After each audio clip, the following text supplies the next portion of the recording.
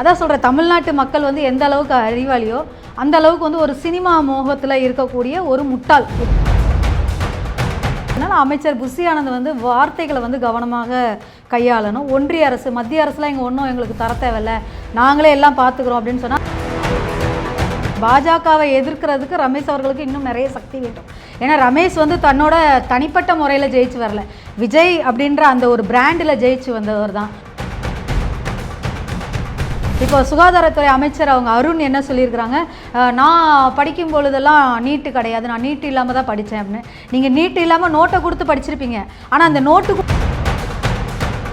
இதே உதயநிதி என்ன சொன்னார், இந்த மாதிரி கிறிஸ்தவர்கள் போட்ட பிச்சையில் வந்தது தான் எங்களோட அரசாங்கம், அவங்களோட ஓட்டில் வந்தது. ரெண்டாவது ஏவா வேலு அவர்கள் பார்த்தீங்கன்னா சமீபத்தில் சட்டசபையில் பேசும்போது கூட என்ன சொல்கிறாங்க, லைவ் நிகழ்ச்சியை ஒளிபரப்பு பண்ணாதீங்க. அப்படி திமுகவும் பாஜகவும் ஒன்றாக சேருவாங்க அப்படின்னா நானும் பாஜகவில் இருக்க மாட்டேன். பை த பீப்பிள் நேயர்களுக்கு வணக்கம். பல்வேறு அரசியல், பொருளாதார, சமுதாய பிரச்சனையாளர் சொன்ன நிகழ்ச்சியில் நம்மிடையே பாரதிய ஜனதா கட்சியை சேர்ந்த நிஷா ராஜா வந்திருக்காங்க. வணக்கம் மேடம். வணக்கம். இப்போது மரியா வில்சன் அவர் வந்து தன் மதத்தை தூக்கி பிடிக்கும் அளவுக்கு பேசியிருக்காரு. கிறிஸ்தவம்தான் அன்பை போதித்திருக்கிற என்ற விஷயத்தெல்லாம் சொல்லியிருக்காங்க. பலரும் அது வந்து அதற்கு எதிர்வினையாற்றிருக்கிறார்கள். இது வந்து தவறான விஷயம், தமிழ் வந்து தமிழே அன்பு தான், அதை வந்து நீங்கள் எப்படி வந்து இந்த கிறிஸ்துவத்தோடு ஒப்பிட்டு பேச முடியும், தமிழுக்கு தமிழ் அன்புன்னு சொல்லியிருக்கலாம் நீங்கள் அப்படின்ற எதிர்வினையாற்ற பல பேர் பேசியிருக்காங்க. ஸோ நீங்கள் ஒரு இஸ்லாமியர் என்ற முறையில் நீங்கள் வந்து இந்த சிறுபான்மை மக்கள் தமிழை ஒதுக்கிவிட்டு பலரும் நான் எல்லாமே சொல்ல, சிலர் கூட சொல்லலாம், சிலர் வந்து தமிழை ஒதுக்கிவிட்டு எங்களுக்கு வந்து இதுதான் முக்கியம், மதம்தான் முக்கியன்ற மாதிரி பறைசாற்றுகளை எப்படி பார்க்குறீங்க? இது வந்து இரண்டு விதமாக பார்க்கலாம். ஒன்று என்ன அப்படின்னு சொன்னால், மரியா வில்சன் அவர்கள் வந்து பிறப்பால், அதாவது ஒரு கிறிஸ்தவ அப்பா அம்மாவுக்கு பிறந்ததுனால அவர் பிறப்பிலே கிறிஸ்தவர் தான். அதுக்கு அப்புறம் தான் அம்மா தான் என்ன மொழின்னு சொல்லி தரணும். இப்போ அவர் தமிழ்நாட்டில் பிறந்தனால தமிழ் சொல்லி தருவாங்க, இதே தெலுங்கில் இருந்தால் தெலுங்கு சொல்லி கொடுத்துருப்பாங்க, கர்நாடகா அது மாதிரி ஃபஸ்ட்டு அம்மா அப்பாவுக்கு பிறக்கிறது அதை வந்து யாராக இருந்தாலும் ஒத்துக்கணும். ஒரு கிறிஸ்தவ தாய் தகப்பனுக்கு பிறந்தவர் மரியா வில்சன், அதனால் அவர் பிறப்பால் கிறிஸ்தவர். அதே மாதிரி நானும் பிறப்பால் ஒரு முஸ்லீம் இஸ்லாமிய தம்பதிகளுக்கு பிறந்ததுனால நானும் பிறப்பால் ஒரு இஸ்லாமியர். அதுக்கப்புறம் எங்கள் அம்மா அப்பா என்ன மொழி சொல்லித்தராங்க அப்படின்றது அப்போ பார்த்தீங்க அப்படின்னு சொன்னால் அதுக்கு அடுத்ததாக தமிழ் சொல்லித்தராங்க. அதனால் அவர் சொன்ன புரிதல் தப்பாக போயிருந்துருக்கலாம். மரியா வில்சன் அவர்கள் சொன்ன அந்த புரிதல் வந்து தப்பாக இருந்திருந்துருக்கலாம். அப்போது கடவுளே இல்லை அப்படின்னு சொல்லி சொன்னவங்களும், இதே உதயநிதி என்ன சொன்னார், இந்த மாதிரி கிறிஸ்தவர்கள் போட்ட பிச்சையில் வந்தது தான் எங்களோட அரசாங்கம், அவங்களோட ஓட்டில் வந்தது, நான் ஒரு கிறிஸ்தவன் அப்படின்னு சொல்லிட்டு அவர் அறிவித்தார். அதே மாதிரி இந்து மத நம்பிக்கைகளை அவர் எவ்வளவோ கொச்சைப்படுத்தினார் உதயநிதி அவர்கள். அப்போ உதயநிதியை வந்து இத்தனை கேள்வி கேட்டாங்க, எல்லாருமே அது கேள்வி கேட்டாங்க. ஆனாலும் இவர் சட்டசபையில் பேசும்போது அவர் புரிதல், அதாவது மரியா வில்சன் அவர்கள் ஒரு 2-3 மாவட்டங்களை சொல்கிறார். அதாவது நான் பிறந்தது வந்து பாண்டிச்சேரியில் பிறந்தேன், அதுக்கப்புறம் என்னோடய இது வந்து ஏதோ ஒரு தஞ்சாவூர் மாவட்டத்தில் ஏதோ ஒன்று சொன்னாங்க. அதுக்கப்புறம் பார்த்திங்கன்னா நான் வந்து இங்கே வட சென்னையில் இருக்கேன் அப்படின்னு சொல்லும்போது அவரோட ஸ்லாங்கே, லோக்கல் லாங்குவேஜே பார்த்திங்கன்னா வட சென்னையோட அந்த ஸ்லாங் வந்து கொஞ்சம் கலந்து வருது, சென்னை தமிழ் வந்து அவர் பேசும்போது வருது.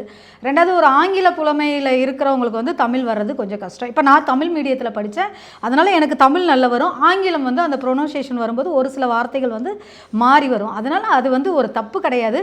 இதே பார்த்திங்கன்னா நிதி அமைச்சர் வந்து அவங்க முன்னாள் பழனிவேல் தியாகராஜன் இருந்தாங்களா, அவங்க எப்படி பிடிஆர் பழனிவேல் அவங்க எப்படி பேசினாங்க, அவங்க பேசும்போது, அதாவது தமிழ்நாட்டோட நிதி அமைச்சர்கள் பார்த்திங்கன்னா அந்த நிதிநிலை அறிக்கையை அறிவிக்கும் பொழுது அந்த தவறுதல் வந்திருக்கு. அதனால் வந்து இவர் கொஞ்சம் மாற்றிப்பார். ஏன்னா மற்றவங்களோட மரியா வில்சன் அவர்கள் வந்து கொஞ்சம் பரவாயில்ல, ஆனாலும் முதல் முறைன்றதுனால அந்த பதட்டம் யாருக்காக இருந்தாலும் இருக்கும். ஒரு முதல் முறை ஒரு நிதிநிலை அறிக்கையை வாசிக்கும் பொழுது அந்த பதட்டம் இருக்கும். அவங்க அதை மாற்றிக்கிறேன்னு சொல்லியிருக்காங்க. அதனால் அவர் அந்த சட்டசபையில் அந்த வார்த்தைகள் சொன்னது வந்து இதுவாயிடுச்சு. ஆனால் அப்படியே அவர் கிறிஸ்தவத்தை தூக்கி பிடித்திருந்தாலும் கூட கடவுள் இல்லைன்னு சொன்னவங்களுக்கு இவங்க கடவுள் இருக்குது அப்படின்னு சொல்லி சொல்கிறாங்க. இது ஒன்று. அப்போது பிறப்பால் நான் ஒரு இஸ்லாமிய தம்பதிக்கு, அவங்க ஒரு கிறிஸ்தவ தம்பதிகளுக்கு பிறந்த குழந்தை. அப்போது நாங்கள் இந்திய நாட்டில், இப்போ இந்திய எதிர்ப்புன்னு சொல்கிறாங்களா, அப்போ நம்ம தாய்நாட்டில் பிறந்திருந்தோம்னா நம்மளோட இந்தியா என்ன மொழியை சொல்லுதோ அது நம்மளோட மொழி. அதனால் வந்து அந்த அடிப்படையில் நான் அந்த கண்ணோட்டத்தில் நான் பார்க்குறேன். இன்னொரு விஷயம் மேடம், அமைச்சர் ரமேஷ், அறநிலைத்துறை அமைச்சர் பன்னீர்செல்வம் வழியில் பார்த்தீங்கன்னா சாமி அமைச்சர், அவர் என்ன பேசியிருக்காருன்னா, இது மாதிரி எங்களுக்கு எதிரி வந்து பாஜக, கொள்கை எதிரி, ஆனால் தமிழ்நாட்டில் பாஜகவே இல்லை அப்படின்ற மாதிரி சொல்லுவார். உண்மையாகவே பார்த்தீங்கன்னா தமிழ்நாட்டில் பாஜக இல்லாத ஒரு சூழ்நிலை தான் இப்போ தெரியுது. ஏன்னா இன்னும் பெரிய அளவில் ஒன்றும் செயல்பாடுகள் எதுவுமே கிடையாது. ஒரு வறட்சியாக தான் இருக்குது பாஜகவோட செயல்பாடுகள்லாம். ஸோ பாஜக தமிழ்நாட்டில் இல்லைன்ற ஒரு கூற்று உண்மைன்ற மாதிரி தான் நிரூபிக்கப்படுது. எப்படி பார்க்குறீங்க இதை? ரமேஷ் அவர்கள் வந்து பாஜக தான் எதிரி அப்படின்னு சொல்கிறாங்க. பாஜகவை எதிர்க்கிறதுக்கு ரமேஷ் அவர்களுக்கு இன்னும் நிறைய சக்தி வேண்டும். ஏன்னா ரமேஷ் வந்து தன்னோட தனிப்பட்ட முறையில் ஜெயிச்சு வரல, விஜய் அப்படின்ற அந்த ஒரு பிராண்டில் ஜெயிச்சு வந்தவர் தான். அதனால் அவர் வந்து வாய்க்கு வந்ததெல்லாம் பேசக்கூடாது. பாரதிய ஜனதா கட்சி மத்தியிலையும் இருக்கும், தமிழ்நாட்டிலையும் இருக்குது. ஒரு சின்ன தொய்வு இருக்குது, அந்த தொய்வு கண்டிப்பாக மாறிட்டு ரமேஷ் அவர்களுக்கு எங்களோட தலைவர்கள் பதில் தருவார்கள்.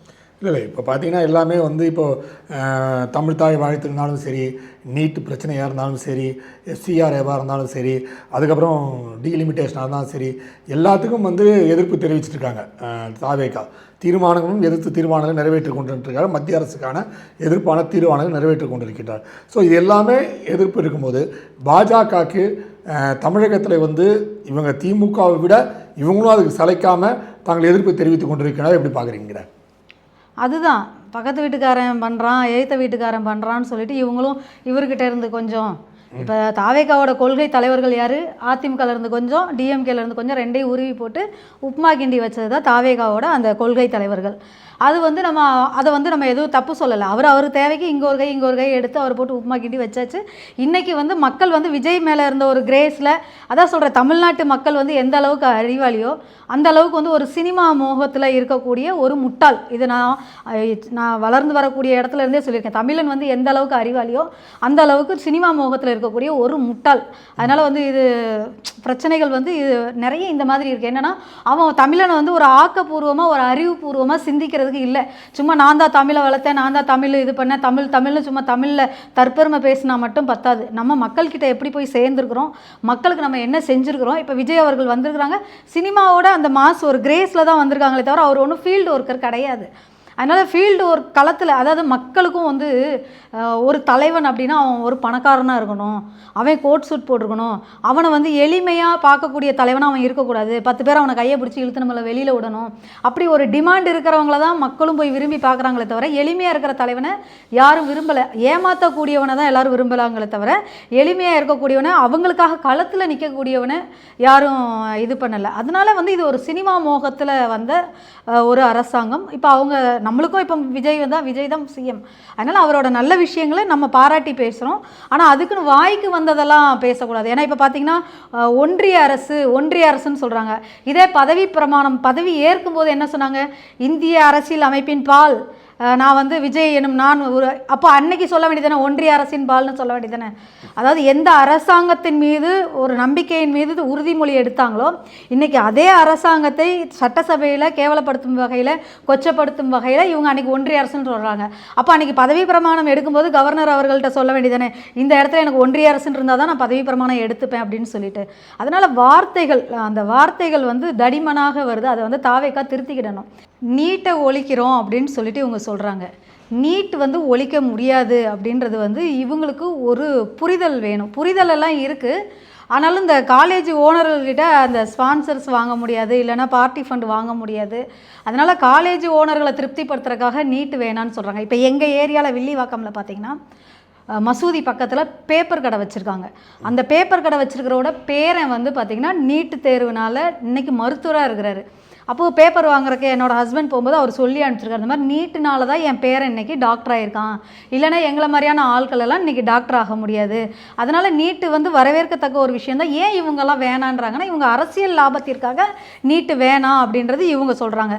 அதனால் இவங்க பகல் கனவு கண்டுட்டு கண்ணை மூடிட்டு நீட்டு வேணான்னு சொன்னாலும் நீட்டை வந்து ஒழிக்க முடியாது. இப்போ பார்த்திங்கன்னா மற்ற மாநிலங்கள்லாம் இந்த நீட்டுக்கு அகெயின்ஸ்டாக யாரும் இது பண்ணலை. அதே மாதிரி இன்றைக்கி இன்னைக்கு இந்த மருத்துவ மாணவர்கள் கலந்தாய்வில் பார்த்திங்கன்னா கேஸ் ஏஜென்சியில் சிலிண்டர் தூக்கி போடுற ஒரு டெலிவரி பாய் வேலை செய்யக்கூடிய அவரோட பொண்ணு இன்றைக்கி நீட்டு தேர்வு எழுதி இன்றைக்கி அந்த பொண்ணு பாஸ் ஆகி அந்த பாப்பாவுக்கு இன்றைக்கி மெடிக்கல் சீட்டு கிடச்சிருக்கு. அந்த பொண்ணு 7.5% அந்த இதில் உள்ளே போய் சேர்ந்துருக்குறாங்க. அதே மாதிரி பார்த்திங்கன்னா விவசாய குடும்பத்தில் இருக்கிற 2 மாணவர்கள் இன்றைக்கி பேட்டி கொடுத்துருக்குறாங்க பாலிமர் டிவியில்.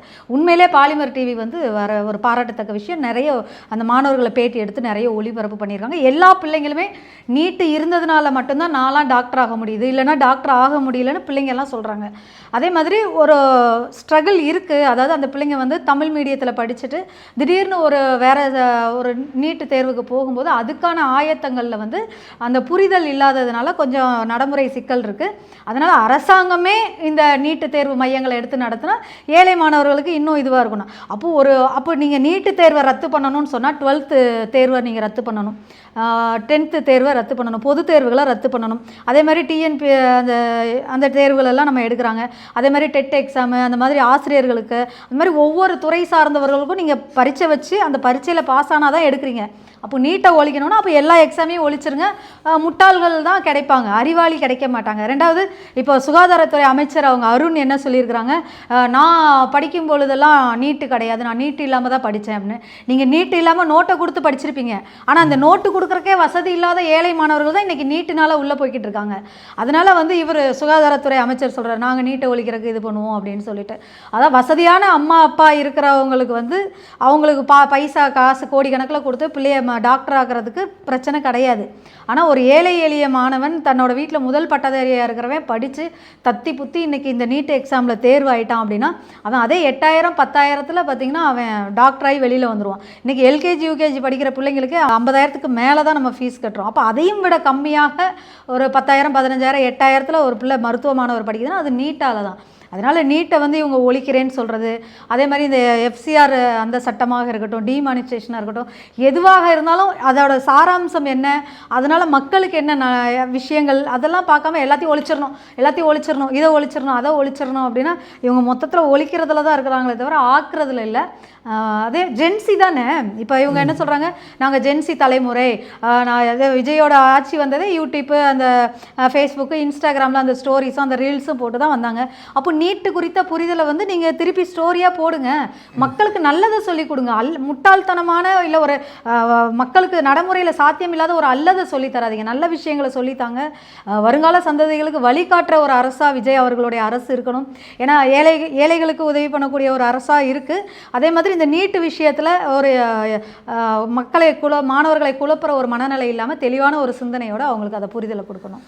இன்னொரு விஷயம் மேடம், பார்த்தீங்கன்னா இப்போது திமுகவோட செயல்பாடுகள் இப்போ வந்து பாஜகவை நெருங்குறது அப்படின்னு குற்றச்சாட்டுலாம் இருக்குது. ஏன்னா நேற்று கூட பார்த்தீங்கன்னா அந்த டீ பார்ட்டிலாம் போய் நேற்று கலந்துக்கிட்டாங்க கனிமொழி அவர்கள். ஸோ இந்த சூழ்நிலையில் திமுக பாஜக எப்படி உறவுமுறை இருக்குன்னு நினைக்கிறீங்க? மேலிடம்தான் முடிவு பண்ணணும். அப்படி திமுகவும் பாஜகவும் ஒன்றாக சேருவாங்க அப்படின்னா நானும் பாஜகவில் இருக்க மாட்டேன். ஏன் அப்படின்னா அதிலேருந்து வெளியில் போயிடுவோம் நான்லாம். ஏன்னா நம்ம யாரை எதிர்த்து நம்ம அரசியலில் களம் பண்ணணுமோ, யாரை எதிர்த்து நம்ம இது பண்ணணுமோ, அப்போ அரசியல் லாபத்திற்காக மேலிடம் வந்து அவங்களோட கூட்டணி வச்சாலோ இல்லை ஒரு இது இருந்தாலோ ஒரு சாதாரண உறுப்பினராக நான் பாஜகவிலேருந்து வெளியேறதுக்கு தயங்கலை. இன்னொரு விஷயம் மேடம், பார்த்தீங்கன்னா இப்போது திமுகவோட செயல்பாடு இப்போ பார்த்தீங்கன்னா அவங்க வந்து திடீர்னு பயங்கரமாக வந்து தாவேக்காவை ஆதரிக்கிறாங்க. சட்டசபைக்கெல்லாம் பார்த்தீங்கன்னா ஒரு ஆதரித்து செயல்படுற மாதிரி இருந்துச்சு. இது வந்து உதயநிதி ஸ்டாலினுக்கு ஒரு பெரிய ஷாக்காக இருந்துச்சு. ஸோ இதெல்லாம் எப்படி நீங்கள் பார்க்குறீங்க இந்த நிகழ்வுகளெல்லாம்?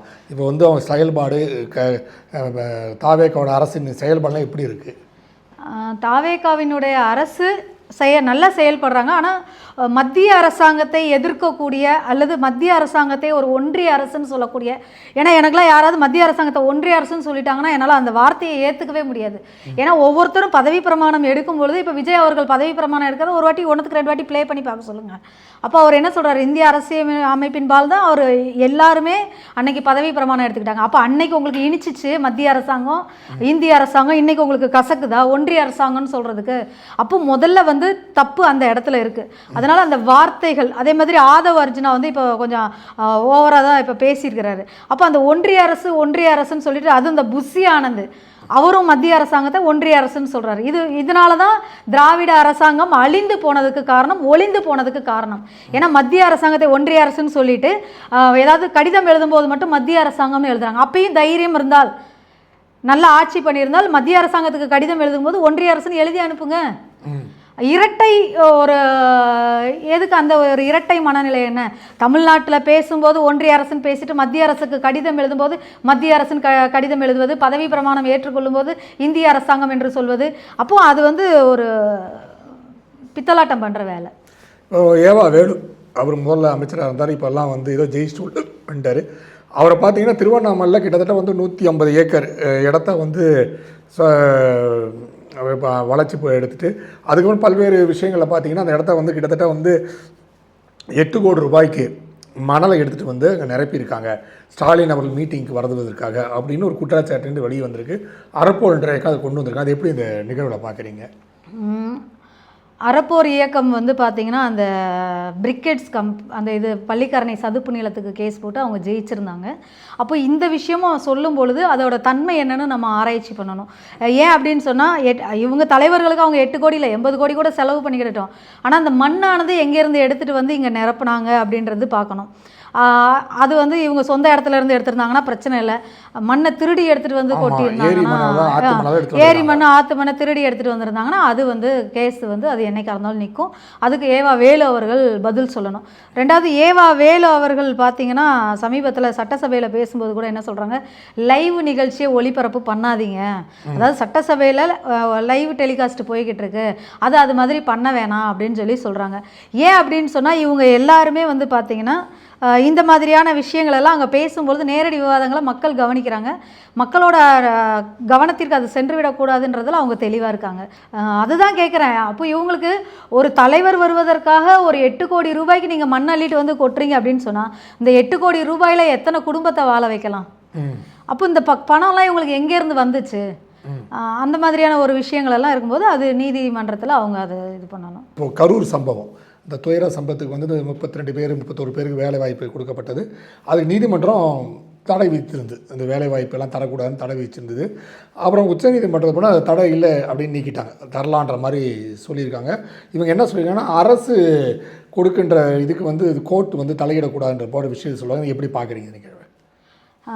அதான் முதல்வர் விஜய் அவர்கள் வந்து அவரோட விருப்பத்தின் பேரில் இந்த அரசாணையை வந்து அவங்க பிறப்பிக்கும்போது அப்போ முன்னாடி இருக்கக்கூடிய அரசாங்கம் இப்போ பார்த்தீங்க அப்படின்னு சொன்னால் திமுக பீரியடில் மாஞ்சோலை தேயிலை தோட்ட தொழிலாளர்கள் அந்த சுட்டு கொல்லப்பட்டதாக இருக்கட்டும், அதேமாதிரி தூத்துக்குடி ஸ்டெர்லைட் ஆலைக்கு எதிராக அதிமுக பீரியடில் நடந்த கலவரங்கள், அப்போ அந்தந்த அரசாங்கத்தில் இருந்து அந்த முதல்வர்கள் வந்து அவங்களோட குடும்பத்துக்கு கொடுக்கல, இப்போ விஜய் அவர்கள் கொடுக்குறாங்க. அதே மாதிரி பார்த்திங்கன்னா மு.க. ஸ்டாலின் அவர்களுடைய தலைமையிலான அரசில் வந்து கள்ளச்சாராயம் குடித்து கிட்டத்தட்ட ஒரு 55 பேர் வந்து இறந்து போனாங்க. அப்போது அவங்கெல்லாம் செய்யாததை இப்போ விஜய் செய்யறாரு. அப்போது உச்சநீதிமன்றத்தில் வந்து இன்றைக்கி வந்து அவங்க வந்து இடைக்கால தடையை வந்து ரத்து பண்ணியிருக்கிறாங்க. உயர்நீதிமன்றத்தோட இதை வந்து தடை பண்ணி கொடுத்துருக்குறாங்க. அதனால் விஜய் அவர்கள் வந்து அந்த பணி நியமன ஆணை வழங்குவார் அப்படின்னு நிறைய பேர் சொல்லுவாங்க. வானதி சீனிவாசன் கூட சொன்னாங்க, இந்து அமைப்பிலும் கூட நிறைய பேர் மரணம் அடைந்திருக்காங்க, அவங்களெலாம் கூட அரசு வேலை வேணும்னு சொல்லியிருக்காங்க. அது எப்படி பார்க்குறீங்க? அதை இப்போ பாஜக தமிழ்நாட்டில் அரசாங்கம் ஆட்சியில் இருந்தாங்கன்னா பாஜக யாரெல்லாம் இறந்து போனாங்களோ அவங்களுக்கு கொடுக்கலாம். இது என்ன அப்படின்னு சொன்னால் இவர் விஜய் அவர்களை பார்க்குறக்காக அந்த கூட்டத்தில் போய் அப்போ இது வந்து ஒரு 2 விதமாக பார்க்கலாம். ஒன்று விஜய் அவர்கள் அவரை நம்பி வந்து செத்தவங்களுக்கு இன்றைக்கி பணி நியமன ஆணையம் வழங்குறாங்கன்னு இருக்கலாம். அப்போது நாளை பின்ன இதே மாதிரி விஜய் அவர்கள் கூட்டத்துக்கு ஊரில் இருக்கிற கிளடுகட்டையெல்லாம் அனுப்பிச்சு செத்தா 20 லட்சம், ஏன்னா அந்த போய் அவன் உயிரோடு இருந்தால் கூட அவன் அவ்வளோ சம்பாதிக்க மாட்டான், அதனால் விஜய் கூடத்துக்கு போய் செத்தா கூட வீட்டில் யாருக்காக கவர்மெண்ட் வேலை கிடைக்கும்னு ஒரு தவறான புரிதல் மக்கள் மனசில் வரும். இன்னொரு விஷயம் பார்த்தீங்கன்னா புஷி ஆனந்த் அவர்கள் வந்து இந்த 125 நாள் பிபி ராம்ஜி அந்த பற்றி பேசியிருக்கும் போது எங்களுக்கு ஒன்றிய அரசு வந்து உதவி செய்ய தேவையில்லை, நாங்களே எல்லாம் பார்த்துருவோன்ற மாதிரி சொல்லியிருக்காரு. அது என்ன நிகழ்வு பார்க்குறீங்க நீங்கள்? அதுதான் இவங்க வந்து வாய்ச்சவிடல், அதாவது இப்போ தான் வந்திருக்கிறாங்க, வந்து இன்னும் ஒரு 3 மாதம் கூட முடிவடையலை. அதுக்குள்ளே பார்த்திங்கன்னா வாய் கொழுப்பு இருக்கக்கூடாது. அதாவது இந்த 3 மாதத்துலேயே அந்த இதெல்லாம் இருந்ததுனால அமைச்சர் புஷி ஆனந்த் வந்து வார்த்தைகளை வந்து கவனமாக கையாளணும். ஒன்றிய அரசு மத்திய அரசுலாம் இங்கே ஒன்றும் எங்களுக்கு தர தேவையில்லை, நாங்களே எல்லாம் பார்த்துக்குறோம் அப்படின்னு சொன்னால் அந்த விபி ராம்ஜின்ற இதில் பார்த்திங்கன்னா ஃபஸ்ட்டு 125 நாட்கள் வேலை நாட்களாக இருந்தது. மத்திய அரசாங்கம் இப்போ சமீபத்தில் அந்த திருத்தங்கள் கொண்டு வந்ததில் 150 நாட்கள் கொடுக்குறாங்க. இதில் பார்த்திங்கன்னா ஃபஸ்ட்டு வந்து 70% வந்து மத்திய அரசாங்கமும் இவங்களும் கொடுத்துட்டு இருந்தாங்க. இப்போ 60% காசு வந்து மத்திய அரசாங்கம், 40% வந்து தான் இப்போ மாநில அரசாங்கம் கொடுக்குறாங்க. அப்போ புஷி ஆனந்த் வந்து சிஎம் அவர்கள்கிட்ட சொல்லிவிட்டு மத்திய அரசாங்கத்திலேருந்து வந்து அந்த 60% காசு எங்களுக்கு தேவையில்லை, இங்கே நாங்களே எல்லாம் பார்த்துக்குறோம் அப்படின்னு சொல்லணும். அப்புறம் மத்திய அரசு எங்களுக்கு நிதி தரல, இது தரலை, அது தரலன்னு சொல்லக்கூடாது. அதே மாதிரி ஒரே திட்டத்தில் மட்டும் இல்லை, வரக்கூடிய அனைத்து திட்டங்களிலும் வரக்கூடிய அனைத்து திட்டங்களையும் மத்திய அரசாங்கத்தோட நிதி எங்களுக்கு எதுவும் தேவையில்லை, மாநில அரசாங்கம் நாங்களே தாந்தோன்றித்தனமாக பார்த்து கொள்வோம் என்று முதல்ல அவங்க சிஎம் கிட்ட சொல்லி முதல்ல புஷி ஆனந்த் வந்து முதல்ல அங்கே மத்திய அரசாங்கத்துக்கு வெளிப்படையாக எங்களுக்கு மத்திய அரசு நிதியே தேவையில்லை, நாங்கள் மாநில அரசாங்கத்தில் இருக்கிற நிதியை வச்சு நாங்கள் எல்லா ஸ்கீமையும் இம்ப்ளிமெண்ட் பண்ணிக்கிறோம், நாங்கள் தாந்தோன்றித்தனமாக தமிழ்நாட்டை தனியாக பிரிச்சுக்கிறோம்னு சொல்லிட்டு புஷி ஆனந்த் சொல்லுவாங்க. அதே மாதிரி பார்த்தீங்கன்னா லாக்அப் மரணங்கள் போன்ற விஷயங்கள் தொடர்ந்து நடைபெற்று கொண்டே இருக்கின்றது. இப்போ அமுதன்றவர் கூட இந்த போதைப்பொருள் விஷயத்தில் வந்து மரணம் அடைந்திருக்காரு. தாய் தந்தையும் கூட அது வந்து இல்லை, இது சரியான நிகழ்வு கிடையாது, இது வந்து தொடர்ந்து வந்து என் மகன் வந்து அந்த இன்ஃபர்மேஷன் கொடுத்துருக்காரு, அவரே வந்து போலீஸ் சொல்லி வந்து கொலை நடந்திருக்குது. ஸோ காவல்துறை மீது ஒரு மிகப்பெரிய புகார் அளிச்சிருக்காங்க. ஏற்கனவே பார்த்தா சிங்கப்பண்ணை போன்ற நிகழ்வுகள் இருக்குது, காவல்துறை ரொம்ப ஸ்ட்ராங்காக இருக்குன்னா சொல்லப்பட்டது. இதெல்லாம் இப்போது இந்த ஆட்சியில் வந்து இதெல்லாம் வந்து ஒரு பெரிய ஒரு பின்னடைவாக பார்க்கப்படுகிறது. எப்படி பார்க்குறீங்க நீங்கள்? அதே மாதிரி இதற்கு முன்னாடி அந்த ஒரு பெண்ணை கொலை செய்த ராம்குமார்ன்ற தம்பி கூட சிறைக்குள்ளே தான் அவர் இறந்து போனார். அந்த மாதிரி அது சிறை மரணங்கள் வந்து இன்னும் வரைக்கும் மர்மமாகவே இருக்குது. அது வந்து காவல்துறை தான் விசாரிக்கணும், விசாரித்து மக்களுக்கு அது என்ன அப்படின்னு சொல்லிட்டு சொல்லணும். உங்கள் நேரத்தை ஒதுக்கி பேட்டுறது மிக மகிழ்ச்சி மேடம். நன்றி. நன்றி. நேரில் மீண்டும் அடுத்த நிகழ்ச்சியில் சந்திப்போம். அதில் நன்றி, வணக்கம்.